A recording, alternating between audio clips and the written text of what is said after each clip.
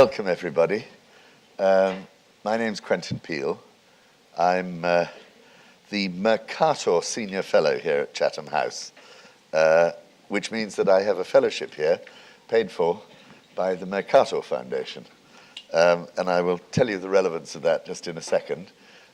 Before I was at Chatham House, some of you may know I was a correspondent for the Financial Times in many weird and wonderful places, but most notably relevant to this evening, both in Berlin in the last 4 years and in Bonn 20 years ago.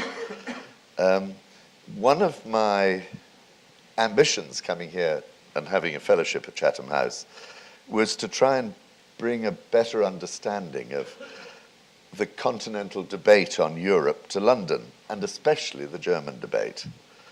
And that's why tonight is actually very relevant to what I'm trying to do.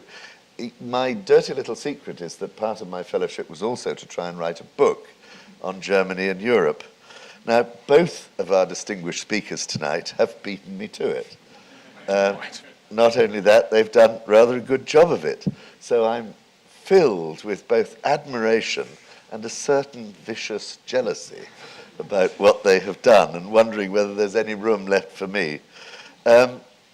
Both have written books which I think should contribute a great deal to a better understanding of Germany and to actually doing precisely what I think is so necessary in this country, to bringing the sort of thinking about Europe, European history and so on, back to London, where often it feels that it's been forgotten. Both of my speakers are very well qualified to write their books on Germany, and you will see the books are here on sale. I don't actually know whether they're on sale at a very good price, Stephen and Hans. I'm sure the answer is yes. But anyway, after the meeting, you're more than welcome. Please do buy their books, because I can assure you, having reviewed them both for the Financial Times, that they are really worth reading. I've got one or two little bits of homework to do. One, this meeting is not under the Chatham House rule. It is on the record, and it will be live streamed. People could comment and ask questions both live, and I will be encouraging you to do so, and via Twitter at #CHEvents or #AskCH. And please turn your phones off, or at least put them on silent mode. I get quite irritated if phones go off. I might come down and have a word. As I said, both my guests here tonight are more than well qualified to write about Germany. Stephen Green on my left, Conservative member of the House of Lords, former Minister of State for Trade and Investment, but I think most notably in his career, in the heart of his career, at HSBC, where he was both chief executive and then group chairman. He was also chairman of the British Bankers Association, a trustee of the British Museum, and today is still chairman of the Natural History Museum. But he's also, and I think this is rather relevant to my reading of the book, an ordained priest in the Church of England, and somebody who, as he admits from the very beginning, has been fascinated by Germany and the German language ever since he was a schoolboy and sent to learn German in Bavaria. Was Bavaria, was it? It was. Haven't heard the accent yet. And actually, as I know very well from my time in Berlin, Stephen still has a flat in Berlin and is a very regular visitor there. On my right, Hans Kundnani made the fatal mistake of being, like me, a journalist in Berlin before. Correspondent for The Observer, but actually writing for quite a number of newspapers. Today he's the research director at the European Council on Foreign Relations here in London, where he writes a great deal still about Germany, German foreign policy, German economic policy, but also a much wider area. He's already written on Germany before his present book, Utopia or Auschwitz, Germany's 1968 generation and the Holocaust. And now he's written The Paradox of German Power. Hans is also an associate fellow at the Institute for German Studies in Birmingham and a regular speaker and commentator. They're very different books, Stephen's book, Reluctant Meister, and I might ask him precisely where the title comes from, is really a broad sweep of history. But Hans's book is also, The Paradox of German Power, very much about how history is relevant to Germany today. That's what they share in common. They're also very complementary books. Stephen takes a much longer take on German history, but actually we're coming down to the core question, which is Germany and Europe today. One last quote, Stephen, before I ask you to start. You say in your introduction, there is no culture on the planet greater than that of Germany. No country has contributed more to the history of human ideas and creativity. No country has been deeper into the abyss. And no country has seen a more remarkable redemption and renewal. Tell us first what answers you found to that conundrum. Well, I do think it is an extraordinary story of redemption and renewal, and a good part of my book, the last third or so, focuses on that. If you go into Waterstones, there are shelves of books on the Third Reich and the war, and latterly, of course, also on the First World War. Relatively little on the deep history of Germany, and relatively little on its new role in the new Europe. And I think that the deep history is important to its self-understanding and to the way it exercises its new role. I called that book The Reluctant Meister. The reluctant bit isn't a new thought. The Economist called Germany the reluctant hegemon some months back. I didn't like the word hegemon because I don't think it characterizes the way Germany exercises its influence in Europe, and nor do I think it characterizes its self-understanding in any useful way. But the reluctance is clearly there. I used the word Meister because it has all sorts of, it's a rather multi-layered word that has connotations from the craft and apprenticeship world, from the musical world, latterly from the football world, which gives it a new cast. And as Quentin reminded me too, a poem that I do cite in the book is Paul Celan's famous poem, which has got a refrain in it, Der Tod ist ein Meister aus Deutschland, death is the Meister, master, I don't know how you translate it, from Germany. So it's a multi-layered word, and that's why I used that title. And what I wanted to do was to capture something of the extraordinary story, necessarily telling the deep history to it, of the German presence in the new Europe. If you look at 1949, on the start of the democratic experiment there with American blessing, there was frankly no reason on the basis of human experience up to that point to believe it was going to be successful. There was the Third Reich, there was the Weimar Republic, there was the Second Reich, and absolutist states working backwards. There was zero experience of successful democracy. And yet, by any standards now, it seems to me that you've got one of the most deeply entrenched, unchallenged, working democracies on the planet. This was not something you could have taken for granted in 1949. And I don't think we often enough step back to celebrate that and recognize what a remarkable story it is. Not only is it a deeply entrenched democracy, of course, but it underwent the extraordinary challenge of reunification, of which more in a second. The economic miracle of the post-war period, 1940s and into the 1950s, well enough recognized. Quite how strong the growth of Germany in the 1950s was is perhaps something we forget. It was the equal of the sort of performance that you now see in some of the strongest emerging markets. And then, and I don't want to dwell too longer on this, but I do think the story of the German effort to deal with the past, the recent past, the Third Reich, is a remarkable story. Not of overnight transformation. Actually, it was a painful, slow process. In many ways, there were plenty of people who denied the real truth of what had happened for too long. Many may well have gone to their graves denying it. Nonetheless, in total, the effort to deal with the past is something which is remarkable, soul-searching, painstaking, and actually in so many ways an example to the world. It's a bit of a cliche to contrast the way the Germans have dealt with the past and the Japanese have, or the Russians have. I think you could provocatively ask whether other countries have dealt with their own pasts in the same thoroughgoing way that the Germans have. You might well say, of course, they needed to. That's true. Nevertheless, I do think it's a remarkable part of the story.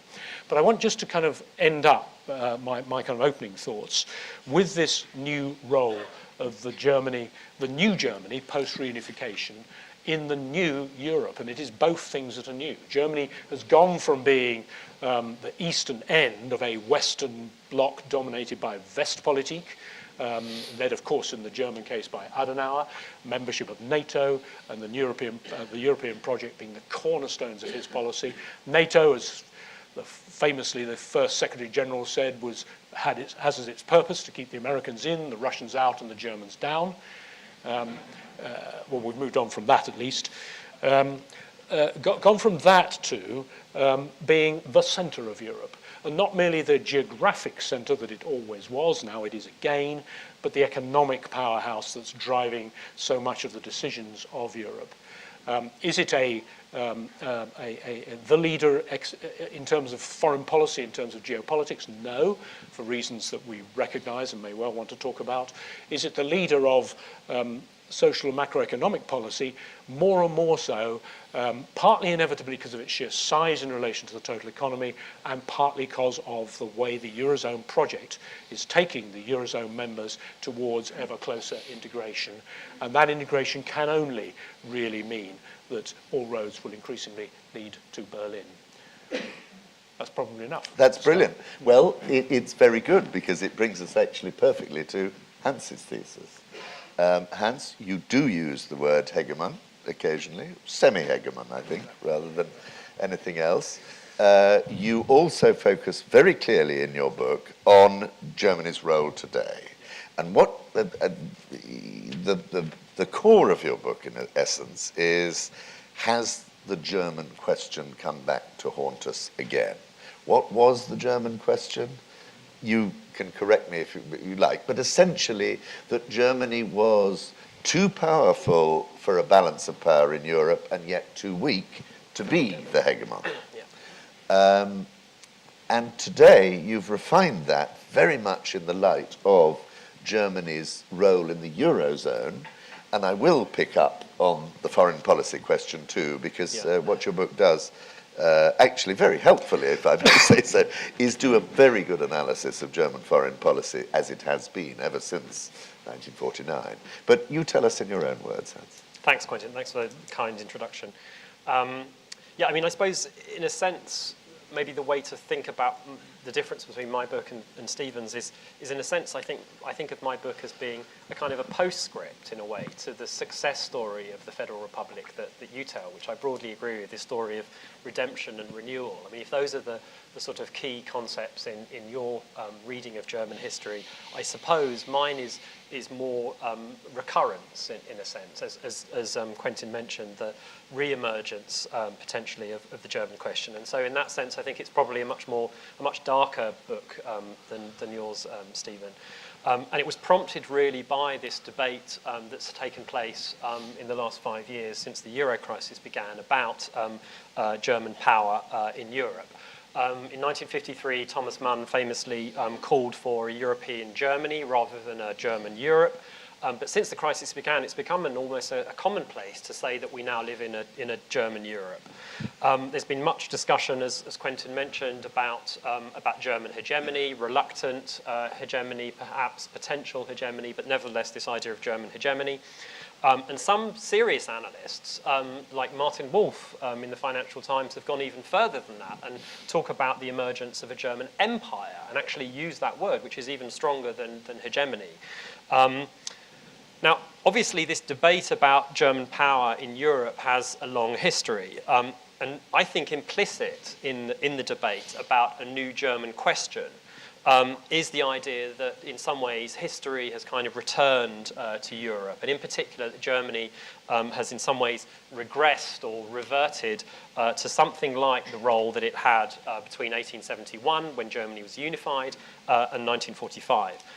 And you see that not just in the comparisons of Angela Merkel with Hitler in the Greek press and on the streets of Athens, but again, serious analysts. Just to give you one example, Anthony Giddens, who is not a Germanophobe or even a Eurosceptic, on the contrary, wrote in his book last year on Europe, quote, "Germany seems to have achieved by pacific means what it was unable to bring about through military conquest, the domination of Europe."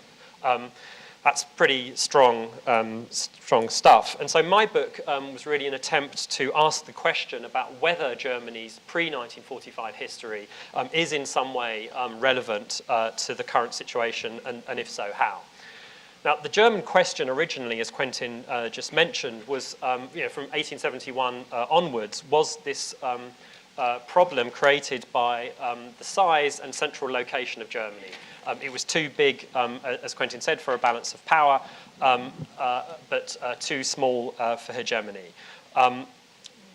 It was too powerful for any single great power to challenge, but not powerful enough to defeat a coalition of two or more of those powers. And so this is why Ludwig Dehio, the German historian, talked about German semi-hegemony. Halbhegemonie was the original term in German, rather than hegemony. Now, that kind of in-between position, the structural situation, was problematic because it structurally encouraged other European great powers to form an anti-German coalition. And that, in turn, created a fear in Germany of precisely such a coalition. Bismarck talked about the Cauchemar des coalitions, a nightmare of coalitions. And so you have what international relations theorists call a security dilemma, which has a kind of self-fulfilling dynamic where powers take steps to improve their own security, but in doing so they undermine the security of others, and others respond, and so on. And so there's what the German historian Hans-Peter Schwarz called a dialectic of encirclement that began, that culminates in World War I. Now, my argument in the book is that the German question, which until recently which Europe seemed to have put behind it, has now re-emerged, but in geoeconomic form rather than geopolitical form. What I mean by that is that whereas in the past Germany faced potential enemies on all sides, it's now surrounded on all sides by NATO allies and by EU partners. In other words, in geopolitical terms, Germany is benign. However, the German economy, it seems to me, is now putting pressures on Europe in a somewhat analogous way. In particular, the persistent current account surplus that Germany, the biggest country in Europe, is running, puts intolerable pressures, it seems to me, on the other countries in the eurozone, and in particularly on the periphery, the so-called periphery. So the size of the German economy and the interdependence between it and other economies within the eurozone is creating instability in the same way that German military power once did in the past. However, Germany, once again, is too fragile to take on the burdens of hegemony, whether that's through fiscal transfers, whether that's through a mutualization of European debt, or even through moderate inflation. And so, in short, although Germany's increased power and France's relative weakness, it has to be said, have allowed Germany to impose its preferences on the rest of the Eurozone in the last few years, it's too small to be a European hegemon, as some, most famously Radek Sikorski, the Polish foreign minister, have urged it to become. So, in a way, the position is strikingly similar, it seems to me, to the one that Germany had in Europe between 1871 and 1945. It's returned to this position of semi-hegemony, except in geoeconomic form. Now, what this might mean, in concrete terms, it seems to me, is a kind of geoeconomic equivalent of the types of conflict that you had in Europe following German reunification in 1871. And in particular, a kind of something analogous to the competitive dynamic of coalition building centered on Germany that you had in Europe between 1871 and 1945. Since the Euro crisis began, other EU member states have adopted a mixture of what international relations theorists call bandwagoning and balancing. On the one hand, some EU member states, particularly those in Central Europe, whose economies are now deeply integrated into the German supply chain, seem to me to be forming a kind of geoeconomic equivalent of a sphere of influence. On the other hand, the countries of the so-called periphery have found themselves under increasing pressure to form what George Soros called a common front against Germany. And this, in turn, it seems to me, is leading to a kind of geo-economic version of the old German fear of encirclement. Germany now fears an emergence of a coalition of weak economies rather than strong armies. This fear of an anti-German coalition has increased, it seems to me, since the European Council in the summer of 2012, when Chancellor Merkel was essentially ambushed by Mariano Rajoy of Spain, by Mario Monti of Italy, by François Hollande of France, and was forced to succumb to their pressure to enable the European Stability Mechanism, the Eurozone Bailout Fund, to directly recapitalise banks. And that then, shortly after that, Mario Draghi made his famous statement about doing whatever it takes to save the euro and created OMT, outright monetary transactions.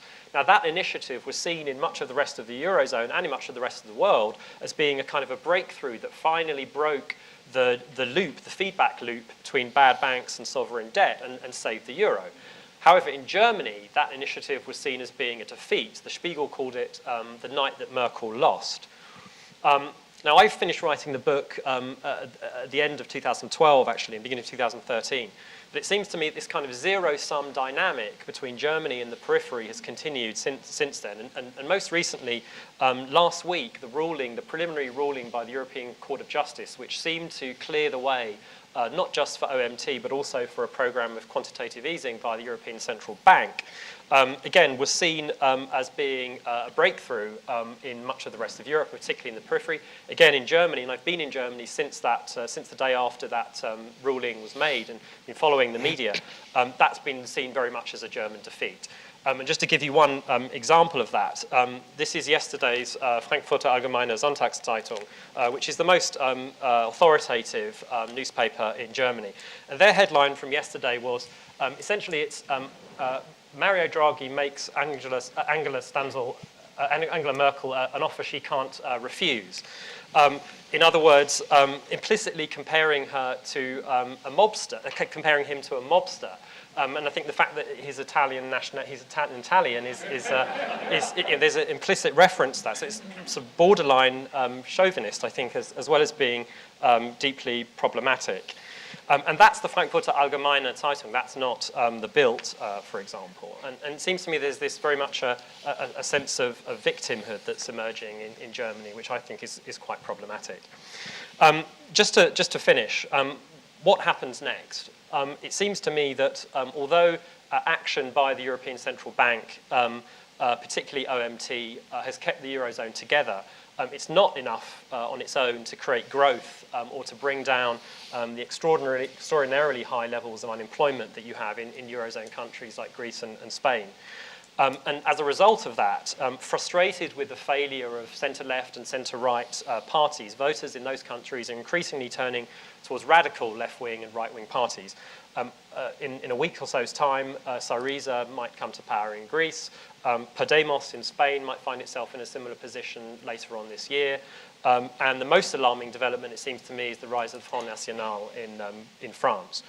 I'm sceptical that France, Italy, or Greece can create jobs and growth without a big shift in Eurozone economic policy. But it's also increasingly hard for me to see how they can force that kind of a shift unless they're prepared to join forces and take a much more confrontational approach to Germany, as many people are now urging them to. And so it seems to me that the geopolitical dilemmas that Europe struggled with for centuries seem to have returned in geoeconomic form. And they're centered this time on this conflict between the interests of creditor countries and debtor countries locked into a single currency. And the question for me is how much conflict Europe will need in order to resolve this dynamic. Okay, Hans, thank you very much. You can see there is a different emphasis between these two. And I'm sure there are going to be lots of questions from the floor. I think I'm going to abuse my position very quickly to throw one at each of you, and then I want to bring other people in. But still, Stephen, first. One, I want to ask you whether you recognize this semi-hegemon or half-hegemon that Hans brings out. But let me come at it this way. One of your conclusions with which I very much agree is that because of its history, because of its past, Germany is actually enormously comfortable in the European Union. It actually naturally relates to this rather multi-layered decision-making process, the federalism in the correct meaning of the word of the whole system. So Germany is comfortable in Europe in a way that Britain is not comfortable in Europe. Now, is a country that is comfortable in, I mean, that I think is a very interesting argument, and particularly in this country. But coming from that position, can you see this country that is feeling victimized that Hans presents us with? I at least partially agree with Hans, but I wouldn't necessarily put it all quite the way he has put it, and I don't have quite as dark a prognosis. Yeah. I mean, there are plenty of stresses and strains in the eurozone. We are not out of the woods yet in terms of the ability of the eurozone to generate stable growth, jobs for the young, and there are plenty of reasons to be worried about the democratic deficit that's emerging in all sorts of ways. You've mentioned Greece and Spain and France. So I think, I mean, all of that is, I think, indisputable as a menu of worries for the present day, and the role of Germany in the eurozone is one which is problematic in that, and I put this a bit differently. What I think is true is that there's very little recognition in the German public discourse that Germany itself is part of the problem in the eurozone. Yeah. There is a widespread assumption in Germany that the difficulties of the Mediterranean countries have to do with feckless bad management built up over many decades, and it is necessary to sort these problems in those countries, and that Germany doesn't have to do anything different, apart, of course, from participating in various financial measures to smooth the way. It's probably not the right point to have an entire discussion about the future prospects of the eurozone. But what I do want to say is that the Germans look at the question of the eurozone in a fundamentally different way, certainly from the British. Because for Germany, and this is to your point, Quentin, this is something of existential significance. I don't think there's anyone in Germany who would question the deep psychological need to integrate itself more strongly and deep-rootedly and irreversibly in a European project. That project happens to have taken the form centrally of the eurozone. It might not have done so. I mean, had the European project emerged through the European defence community, the stillborn European defence community, life might have been different, and it's very hard to imagine Germany emerging as the leader of an EDC-led European project. Had the single market been the dominant mode of European integration, again, I don't think Germany would necessarily have been quite in the leadership in such a project either. You might question whether Britain would ever have been in the leadership either, but it would have been much more to Britain's taste to play a prominent role in this single market. As it is the eurozone, which has become the dominant feature of the European Union, and Germany's commitment to the gradual integration that goes with that is an existential one. They could not contemplate the unravelling of the European project, which would be implied by the breakup in a fundamental way of the eurozone. They know that this means a gradual melding of their sovereignty into a wider whole, and to your point, Quentin, I think are more comfortable with that than the British certainly would ever be, than the French will ever be. I don't think it's only the British that are being forced into some uncomfortable soul-searching about the European project, so are the French. The Germans have more appetite for this, perhaps because of recent history, and they have more aptitude for this because of their deeper history, the history of the Holy Roman Empire, the layered identities, the complex interactions of different bases of power and identity. They are just more used to what it will take to be a part of a gradually integrating eurozone than any of the other big countries anyway. Okay, Hans, let me turn to you. Do you want to come back on that? Not really. I mean, I basically, I mean, that's Yeah. clearly true about layered identities, and I agree. So let me throw it out just a little bit more back into the foreign policy area, because one of the things that's happened since you finished your book has been the launch of this foreign policy review in Germany, which potentially could be very important. And I see that as being, if you like, not grabbed by Germany as a desire to be taking the lead on foreign policy, but actually forced upon Germany, partly because of the lack of leadership that's coming from the two traditional leaders on foreign policy, Britain and France, in Europe. So suddenly Germany finds itself in this position where people are saying, you've got to take the lead because nobody else is taking the lead. And in fact, on Ukraine and with Russia, we've had a fascinating situation where Germany has indeed taken the lead. Does that reinforce your argument or does it undermine it? Yeah, it's a very interesting question. And I've been thinking about that a lot since the book came out, or since I've completed the book. There is this very interesting moment now. As you mentioned, shortly after Merkel was elected to her third term, and Steinmeier became foreign minister again, he announced a review of German foreign policy, a kind of a fresh look at European foreign policy. And almost immediately after that happened, the Ukraine crisis started. And so these two things together have created, I think, this very interesting moment. It's very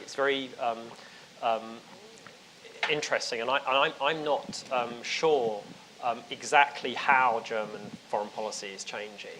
I think in a sense it's too soon to say, but my impression so far is that there has been clearly a shift on policy towards Russia, but it's not entirely clear to me how it develops in future. There's been this incredibly, absolutely fascinating, but incredibly emotional and I think quite volatile debate in Germany about Russia. Germany, it seems to me, is deeply divided about Russia.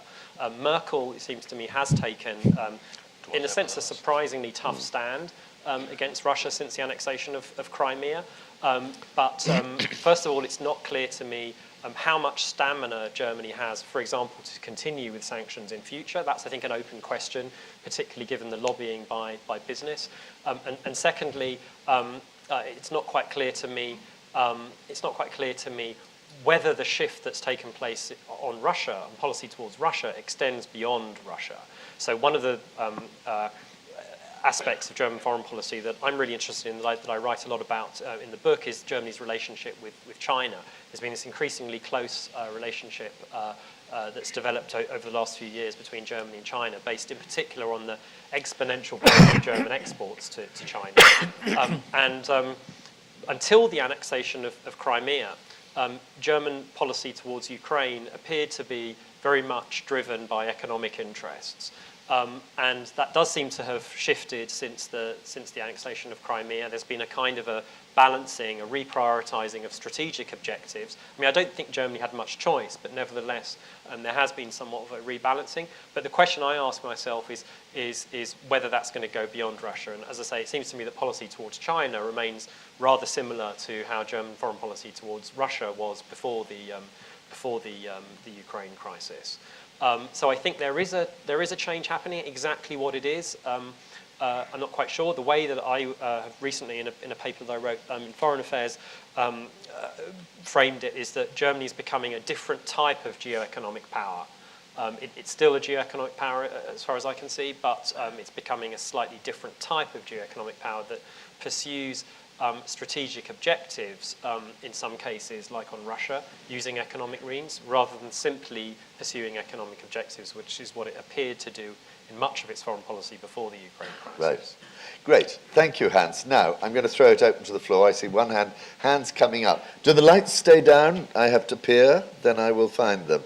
And I'll take about 2 or 3 questions at once, I think. The first hand I saw right here, gentleman with a pen in his hand. If you can say who you are, dear friend. Anthony Robinson. Anthony Robinson, also, unfortunately, part of the FT crowd. I would like to ask Hans a little bit more about Germany's fears, economic fears of a coalition of weak economies rather than a coalition of powerful forces, military forces, as before.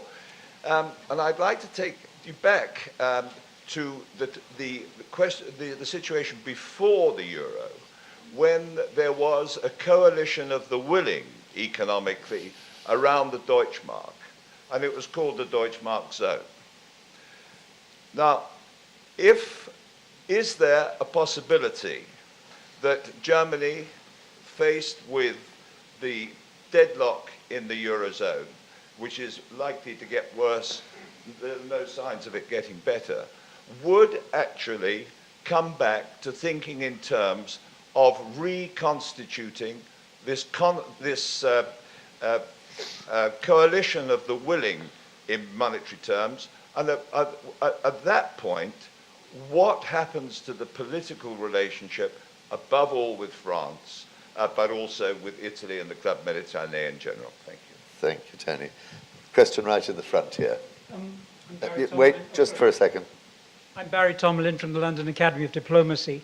I'm concerned about the feeling that I'm getting is that we're looking at Germany as a monolith and as a hegemonic power, when a lot of the commentaries I'm reading seem to suggest that there are huge internal stresses and potential strains within the country.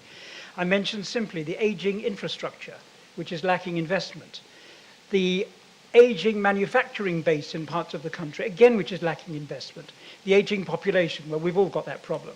The failure of the tolerance, the traditional tolerance towards immigration, which we're seeing in the current protests by, I'm sorry I can't pronounce it, Pegida.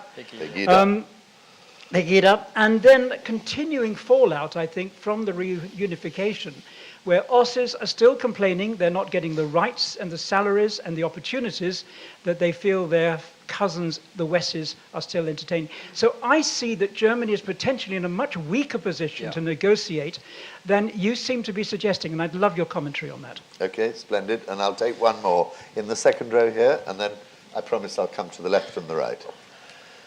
Ronald Harrison, Chatham House. Given Britain's particular relationship with Germany stretching back to the point where in the 1750s the elder Pitt proclaimed that we are winning our empire on the banks of the Elbe, and Frederick the Great appeared on every beer mug in every pub in England, leaping forward now to the point where Britain are looking again, in a sense, at our cousins across Northern Europe.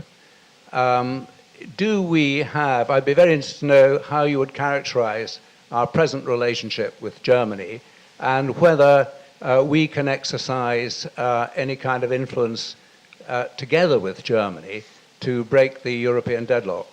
Right. Okay, splendid. Shall I start with you, Stephen? And then there were one question each and one for both. Kind of, yes.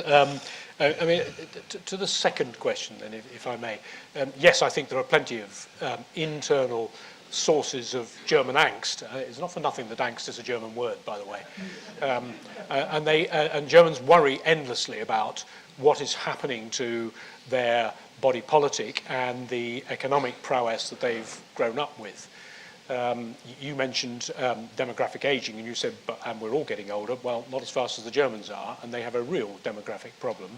And indeed, on some forecasts, and depending on what you assume happens to Turkey in the context of the EU, Germany could end up being the fourth largest country in the EU after Turkey, depending, and Britain and France. Not between here and next week, obviously. And that has its implications for the economic burden, the dependency ratio. You have the, you say lack of investment, that wouldn't be quite true, but certainly many people feel that not enough investment has been taken in the business. Infrastructure, some spectacular cases, of course, of infrastructure failure in Germany. And then last and absolutely not least, the Energiewende, which is going to cost the German economy an enormous sum going forward. So there are plenty of reasons why Germans worry about their own economic model. They're not the only ones that should be worrying about their own economic models, as an aside. It is worth noting how the Chinese, Hans has alluded to this, and I think very quickly just elaborate on it. Question of what do the Chinese think when they look at Europe? They look first of all at the EU itself and see it as a I think, a relatively weak congeries of countries, which punches in terms of geopolitics well below its weight. They then look at the three largest countries of Europe, and they look at Britain and see a country that's economically open. They like the liberalism towards inward investment. They like it as a bridgehead to the wider European Union market of the European Union. I think they would be dismayed to see Britain withdraw. They worry about Britain's stability in the wake of the Scottish referendum and with the prospect of an EU referendum. They look at France, and they worry about the same sorts of things that everybody else worries, including the French themselves, about how on earth it's going to rejuvenate its economic model and its socio-economic model. And then they look at Germany. And they see a country, and they don't see all of of course they see, but they don't major on the difficulties that we've just enumerated. They see a country that is still produces the best cars in the world, produces an extraordinary array of capital goods, the country which is one of the very few that's seen almost no loss in export market share with the rise of the emerging markets. And Germany is the only country to whom they vouchsafe senior, regular government-to-government meetings of ministers. And that tells you all that you need to know about what the Chinese, at any rate, think about who's important in Europe. Mm-hmm. Okay, shall I go to Hans on the first question on the coalition of the willing, and then you can both take up the sore point of British-German relations. Depressing story, yeah. I suppose in a sense, Anthony's question was, would Germany be prepared to countenance a breakup of the euro at some point? Or a looser kind of monetary association to which the UK and Poland, for example, could join? Right. Okay. I mean, my Over to you. impression is, as Stephen was saying, that there is this enormous political commitment to the euro in Germany. I find it very hard to imagine that at some point Germany might be prepared to tolerate a breakup. My fear is almost more, not that Germany does get to that point, but that precisely because Germany is so committed to the euro, and as Angela Merkel has said, she thinks that if the euro breaks up, the EU breaks up. Precisely because of that fear, she and many pro-Europeans in Germany, it seems to me, are prepared to do almost anything to keep it together. Now, what that means is that actually the costs of keeping it together, and I think we've seen this to some extent already, can be quite extraordinary. And it could actually mean transforming the EU into something very different from the EU we know and very different from the EU that the Founding Fathers had in mind, just in order to keep the single currency together. That's really my fear, rather than actually a breakup. However, a caveat to that is that it is interesting to me the growth of German Euroscepticism on both the right and the left, actually. Given how quickly the Alternative für Deutschland, the Alternative for Germany, the Eurosceptic party there has grown, and if you listen not just to them, but to serious academics, to the Frankfurter Allgemeine, you do wonder. I wonder whether there may come a point, a tipping point or a breaking point, as it were, where Germany says we can't go any further, and then you're back to a very acute crisis that could lead to a breakup of the euro. This is where I think I would disagree with you, Hans, quite, because one, the media you quote, Frankfurter, Bild, Spiegel, have always been against the euro. They have never, at any stage, been supportive. So quoting them as sort of representing, if you like, a very clear swing in Germany isn't really on. Secondly, I would disagree about something else, which is that Draghi and Merkel are actually at loggerheads. When Draghi said, "I'll do whatever it takes," I'm 98% convinced that Angela Merkel had said, "Go for it." Yeah. She has throughout allowed him to do what he was doing and not spoken out against it. She's allowed Jens Weidmann, but you know. Yeah. So it's a much more subtle thing, and I think this is where we come back to perhaps also the differential mood. And I wouldn't overrate the rise of the Alternative für Deutschland on it. But I want to come to the third question, because you'll both have thoughts about just how you would characterize the British-German relationship. Stephen, you've been a minister right in there. And the banker, right in there. Let me start by answering not from either of those perspectives, because I do think that what we've been discovering in the last year or two, and it is quite recent, is, I think the question actually used the word cousins, and I do think we've been rediscovering some of that deeper connectivity that goes back to the, actually back to the 17th century. It was James I's daughter, who's married off to Friedrich V, Count Elector of the Palatinate, whose daughter becomes Sophie, whose son is George I. If I've got all that right, I think so. And then through the 18th and really into the 19th century, the proliferation of connections is something we're beginning to remember. And they are extraordinary. Von Tirpitz sent both his daughters to Cheltenham Ladies' College. Bateman Hollweg had his son at Oxford. And you could go on. And on the other side too. But with all this, why do we misunderstand each other? Because there was the caesura of the First World War, which then changed it. But we're kind of rediscovering that heritage. There is also the football phenomenon. I do think 2006. Well, you know, it's easy to laugh at. Actually, 2006 suddenly established Germany as, and, you know, the Weltmeister. There again, the Meister again, and made Berlin a cool place to go. And now, if you try and get on a plane to Berlin, they're almost always chock-a-block, because it has become not merely the place that politicians trek to and business people get sort of drawn to, but also it's the place for hen parties. It's the coolest place for hen parties, and so on. Do you go to them? I don't get invited. So I think we're beginning to rediscover that. Now, ironically, I don't think that translates into necessarily an easier dialogue over the question of the relationship between Britain and the rest of Europe, and I insist on using that phrase, the rest of Europe. The Germans would be dismayed if Britain left, I might as well say it, I think it would be disastrous if we leave, but certainly the Germans would be dismayed if Britain left for all sorts of reasons. They'd be afraid of what the rest of the remaining Europe would be like to operate in. They'd be afraid of themselves, I think. Which is why you've got this fascinating relationship between Merkel and yet there are also the red lines. Yeah.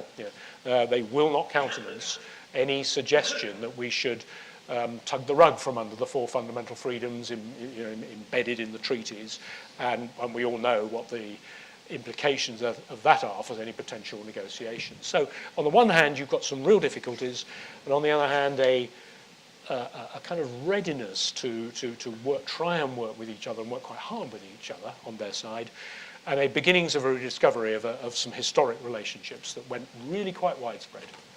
Hans, I mean, is it really, and keep it tight because I want to come back to some more questions, but do you see it, why do we misunderstand each other all the time?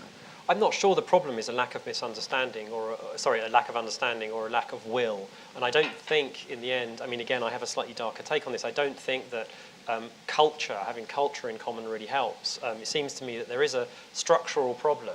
And again, I do think that there are some parallels with the previous situation between Britain and Germany. In one sense, what seems to me to be happening now is that both Britain and Germany are sort of reverting to their sort of historical pathologies in relation to Europe. On the one hand, Germany reverting to this position as Europe's central power.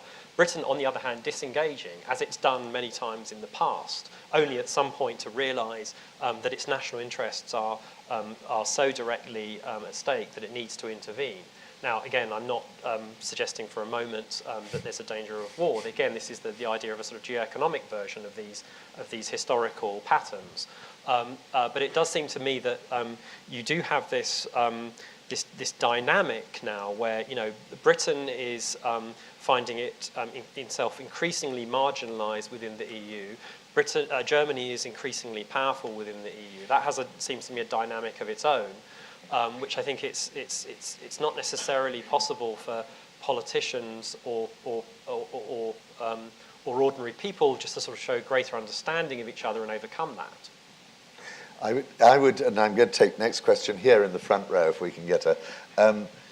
I see the problem as being that Germany sees the European Union as a place to find solutions to problems.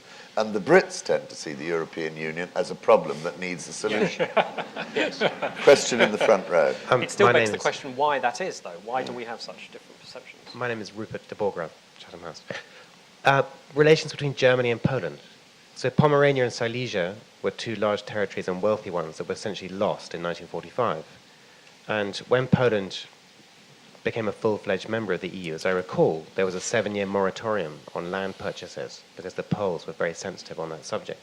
Well, that's passed now, and yet we haven't heard much about it. But my guess is that there's an awful lot of German money going east into Poznan, Breslau, Wrocław, etc. Do you think that Poland, one, could solve Germans' demography problem without having the distaste of Islam, which is what the issue is about Turkey and the Gastarbeiter? And then secondly, do you think that Poland, as a rising power, given that it is growing and it has a lot of people, can be a counterweight to France? And you mentioned earlier about a new eurozone with Poland in it. There are moving parts here. Okay, now, any more hands? Come on. Yes? Towards the back there. Thank you. Alex Ashbourne-Walmsley from RUSI. At a seminar the other week, in fact, just on Friday, Quentin, we were talking about the usual complaint that in the security and defense arena, Germany does not pull its weight militarily, even though it is, of course, the European economic powerhouse.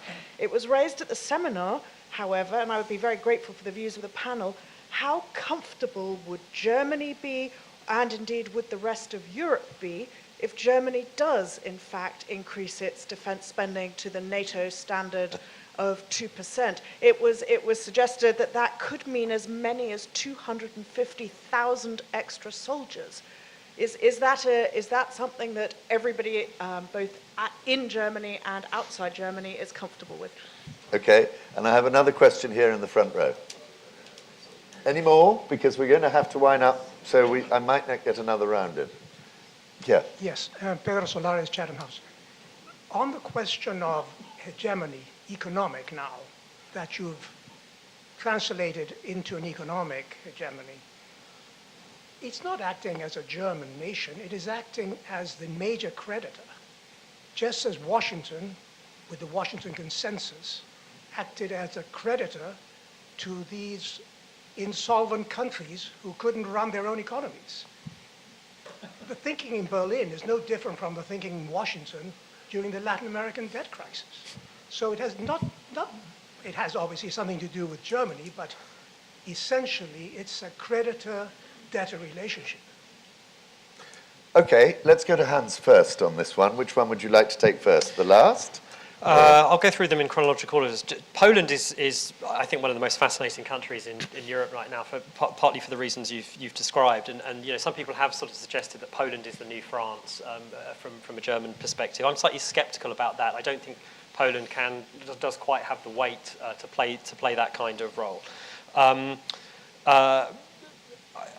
You're right that there's lots of German money in Poland, and that's welcomed by the Poles. In fact, there's a security dimension to that, it seems to me, which is that I've heard Polish officials talk about the euro as a geopolitical initiative, not just even if it's not in Poland's benefit in economic terms to join the single currency, it has a strategic benefit, which is essentially the idea that the more German money you have in Poland, the more secure you are. That's, I think, though, taken a little bit of there's a bit of rethinking going on, I think, since the euro crisis. Since the Ukraine crisis began, and in particular, a kind of a return in Polish thinking towards NATO as the kind of real security guarantee. There's a little bit of frustration about Germany since the Ukraine crisis began. On German defence spending, Alex's question, I think most people would be comfortable with an increase. I suppose it's not just about defence spending as a proportion of GDP, though. It's also partly a question of capabilities and the willingness to deploy those capabilities. But it does seem to me as if during the first decade after reunification, during the 90s, it did seem as if Germany was converging with France and Britain on the use of military force. And that culminated in Germany's participation in the intervention in Kosovo. And it seemed to me that was a shift that everybody in the West, and in particular France and the UK and the US welcomed. Seems to me what's happened in the decade since then, since the millennium, that Germany's kind of in a sense gone into reverse and has become, that attitudes, opposition to the use of military force has hardened. And it seems to me that even after the shock, the strategic shock of the annexation of Crimea, it's very unlikely that there'll be a significant increase in German defence spending or in terms of German capabilities or the willingness to deploy them. Then finally, is Germany essentially acting as in a similar way to the US in the Latin American crisis? I mean, I think it's right that this is essentially a relationship between creditors and debtors. It seems to me slightly different than the US for a couple of reasons. Firstly, I mean, there is a single currency, so it does seem to me as if Germany has different obligations towards other countries in a single currency that it's committed to join than the US did in relation to Latin America. But also, and this takes us back to the discussion about German hegemony, lots of the debate about hegemony has been implicitly based on hegemonic stability theory, which is based largely on the model of what the US did in the 1950s. And all of the things which the US did at that time, many of those things Germany's not doing now. For example, acting as a consumer of last resort. They're precisely the things that Germany is refusing to do in the current crisis. So it does seem to me as if it's slightly different than in the Latin American crisis. But don't you think it's one of the, in a way, the nightmares of the eurozone crisis, precisely that it began in Greece, where the entire German narrative, therefore, becomes it's a tragedy. It's their fault, Exactly. which it was. Yeah. Whereas if it had started in Spain or somewhere else, that argument couldn't have been Exactly. made. It's a tragedy that it started there, but I guess it's no coincidence that it started there either. So it's not. Stephen, start with Poland, and just one thought to throw in on Poland. This is a personal thought, and nobody's said this to me in Berlin, but I'm sort of convinced that Angela Merkel is being so tough on Crimea because the thought of changing borders again is actually to her an absolute no-go area, precisely because there were other borders that might get changed. Whether or not that's in her mind or not, I don't know, but very clearly the East European settlement was extraordinarily painful in all sorts of ways. I mean, events in 1945 and onwards, the whole post-war Cold War experience. Poland's emerged for the first time for a very long time as a stable, independent country. Understandably nervous of its borders to the east and to the west, but I think there's some very interesting things that have happened if we take a slightly longer term perspective. And back in the 1950s, 60s, 70s, even 80s, well, certainly still into the 80s, the Bund der Vertriebenen was still an important political force within domestic German politics. But just translate Bund der Vertriebenen. It's the grouping of the expellees, the 12 million Germans who were living in first of all West Germany and then United Germany, who had come from the lost eastern lands. They were an important political force. That's now gone. There is no, I'd say no voice, there probably is the occasional voice, but all but no voice for revisiting the question of the Oder-Neisse line and East Prussia. This is a big step forward when you consider the previous 700 years of East European history. And from Poland's point of view, the embedding in NATO as well as in the EU are cardinal to their existential concerns. And it's not at all surprising that with recent developments in the Ukraine, they should be focusing perhaps again with a clearer eye on NATO. And I don't doubt that the Baltic states, what's true of Poland is even more true of the Baltic states. If German money is flowing into some of those economies, as it certainly is, both business money but also property investment, I think that that is likely to be broadly welcomed for the sorts of reasons that Hans has hinted at. Do I think that Poland can become a new France? I think that is to overestimate its potential over the next 25 years at any rate. I mean, this is a country which in 1939 had an economy about the same size as that of Spain and is now well behind Spain, never mind France. It's got a long way to go in terms of economic weight and influence. And by the way, as an aside, I think we're in danger of writing off France too much and too quickly. Yeah. France is still the second largest eurozone economy and is not going to disappear into a black hole. So I think we shouldn't get too carried away with that kind of shift. I mean, there is a shift of the centre of gravity from Paris to Berlin, no question, but let's not overdo the point. On security and defence, I don't know whether it is possible to envisage defence spending getting towards the 2% target. What I am clear about, and I essentially agree with Hans, that the political appetite, or indeed the domestic appetite amongst people generally, for active military work has, if anything, declined in recent years. By the way, it's declined in Britain and France too. Yeah. So I think there's anything, there's probably a convergence in the general direction of being less likely to do it. And one of the reasons why Germany is clearly in the lead on the Ukrainian question is precisely because nobody really thinks that there's a military question involved in dealing with the Ukraine. There are other reasons, like it's important energy, it's next door, and there's past history. But some NATO countries do see military means as being part of the solution. So there has been this disagreement between Germany and other countries in NATO about having a permanent NATO presence in the new member states. This is one of the things that caused anger in Poland. That was something that Germany opposed. So obviously nobody's talking about putting boots on the ground in Ukraine, but it does seem to me as if there is a difference between the UK in this case and Germany on the question of what role the military means play in the response to Russia.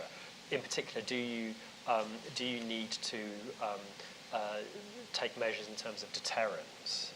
Well, you may need to protect your airspace, as we've discovered over the Baltic states.